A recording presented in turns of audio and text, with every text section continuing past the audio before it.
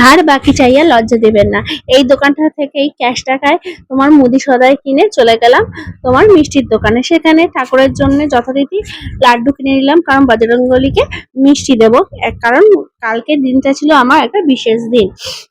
তারপরে কি বজরঙ্গবলীকে দিয়ে আরতি করে সকালে খাবার নিয়ে বসে পড়লাম। গেল কালকে বেশি কিছু আয়োজন করেছিলাম শুধু সকালবেলা কাঁচকলা আলুর ঝোল আর আলু ভাজা। তো এটা দিয়ে ভাত খেয়ে নিলাম সকালে ভাত টাত খেয়ে নিয়ে তারপরে হাসিকে একটু পড়াতে বসেছিলাম, পড়িয়ে ছড়িয়ে নিয়ে আবার দুপুরে ভাত খেয়ে তোমার ঘুমাতে চলে গেছিলাম। ঘুমের থেকে উঠে বৃহস্পতিবার পাঁচালি পরে আমরা একটু বেরিয়েছিলাম। কোথায় যাওয়ার জন্য বলছি দাদা তোমাদেরকে, আসলে হাসির যে স্কুলের ড্রেসটা একটু নষ্ট হয়ে গেছিল, তাই সেটা একটা কিনবো, আর হাসির জন্য কিছু গরমে জামা কাপড় কিনতে হবে। তো সেটা কেনার জন্যই আমরা একটু সোদপুরে যাবো। তো দেখো হাসি কিন্তু নাচতে শুরু করে দিয়েছে অলরেডি।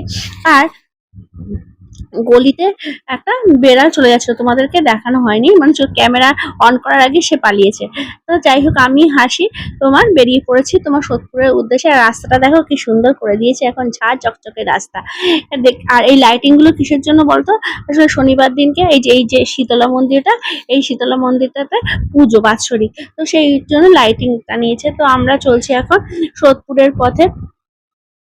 তো আমি হাসির পাপা যথারীতি সোদপুরে পৌঁছে গেছি, আর আমাদের যে দোকানটা থেকে কিনবো সেই দোকানের উদ্দেশ্যে যাচ্ছে। তো এখন তো চৈত্র সেল শুরু হয়ে গেছে, তো সবার কেনাকাটি মোটামুটি সেলে শুরু হয়ে গেছে। আর এই দেখো এই পদ্ম ফুলগুলো কি সুন্দর না, 250 টাকা করে একটা দাম।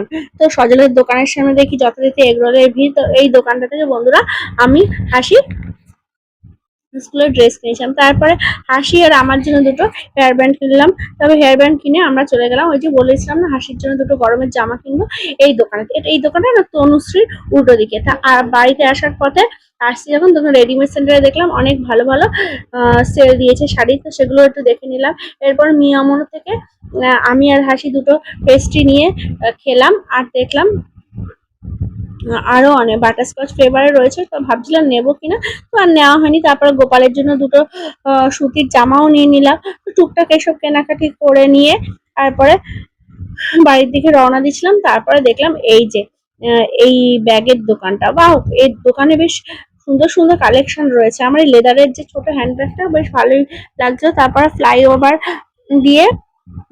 না সরি সাবওয়ে দিয়ে পার হয়ে যখন আসলাম, তখন দেখলাম এই সফটওয়্যারগুলো হাসির খুব পছন্দ হয়েছে। তো হাসির বাবা বলেছে হাসি কিনে দেবে, 100 টাকা করে মাত্র দাম। তারপর ফুলওয়ালার দোকান থেকে ফুল কিনে নিয়ে অটোতে উঠে আমরা বাড়ির উদ্দেশ্যে রওনা দেব। তো এই ছিল আমার ব্লগটা, কেমন লাগলো কমেন্ট